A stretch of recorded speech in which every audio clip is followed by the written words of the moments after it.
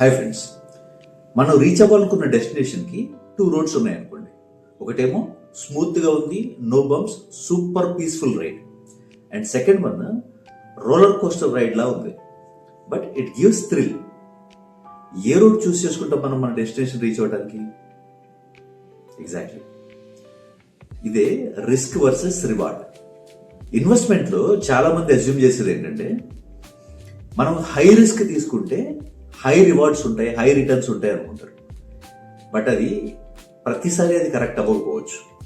Now let us break down that myth.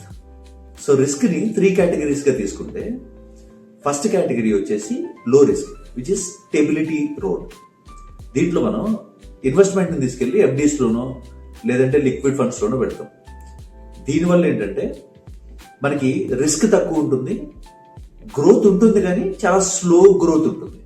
Second medium risk. So దీంట్లో మనం investment ని తీసుకెళ్లి బ్యాలెన్స్డ్ ఫండ్స్ లో లేదంటే హైబ్రిడ్ ఫండ్స్ లో పెడతాం.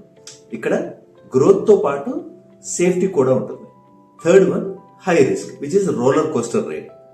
సో ఈ మోడల్లో మనం మనీ మొత్తం తీసుకెళ్లి ఇండెక్స్ ఫండ్స్ లో కానీ లేదంటే ఈక్విటీ మ్యూచువల్ ఫండ్స్ లో కానీ పెడతాం. సో దీనివల్ల ఏంటంటే హై గ్రోత్ ఉంటుంది, బట్ రిస్క్ కూడా ఎక్కువే ఉంటుంది. రిస్క్ చేసే వాళ్ళకి రిటర్న్స్ రావు, రిస్క్ ప్రాపర్ గా హ్యాండిల్ చేసే వాళ్ళకి రిటర్న్స్ వస్తాయి. ఇద్దరు ఫ్రెండ్స్ ఒకే టైంలో ఒక ఫండ్ లో 10,000 ఇన్వెస్ట్ చేశారు అనుకున్నాం. మార్కెట్ డిప్ అవ్వగానే కొంచెం ఒక ఫ్రెండ్ మనీ మొత్తం తీసేస్తాడు బయటికి, పానిక్ అయిపోయి. అక్కడేమవుతాయి, మార్కెట్ డిప్ అయింది కాబట్టి ఆల్రెడీ లాసెస్ వస్తాయి. బట్ రెండో పర్సన్ పేషెన్స్ గా వెయిట్ చేస్తూ మార్కెట్ హైక్ అయిన తర్వాత బయటికి తీస్తారు వాటిని. అప్పుడేమవుతుంది, రివార్డ్. ఇదే రిస్క్ హ్యాండిల్ చేయడం. సో ఇన్వెస్ట్ చేసే ముందు ఈ 2 క్వశ్చన్స్ అడగండి మిమ్మల్ని మీరు. ఫస్ట్ క్వశ్చన్ ఏంటంటే, నేను ఇన్వెస్ట్ చేసిన తర్వాత మార్కెట్ 20% డిప్ అయితే నేను ప్రశాంతంగా నిద్రపోతానా? If answer is no, then avoid risk. If answer is yes, go for it. And second question, నేను ఇన్వెస్ట్ చేస్తున్న మనీ నెక్స్ట్ 3 years లో నాకు అవసరమా?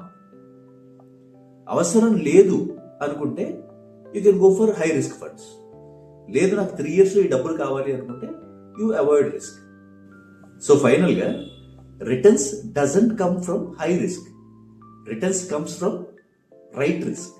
If you like the content, please like, share, subscribe to Financial Dr. Srinivas, your partner in your wealth creation.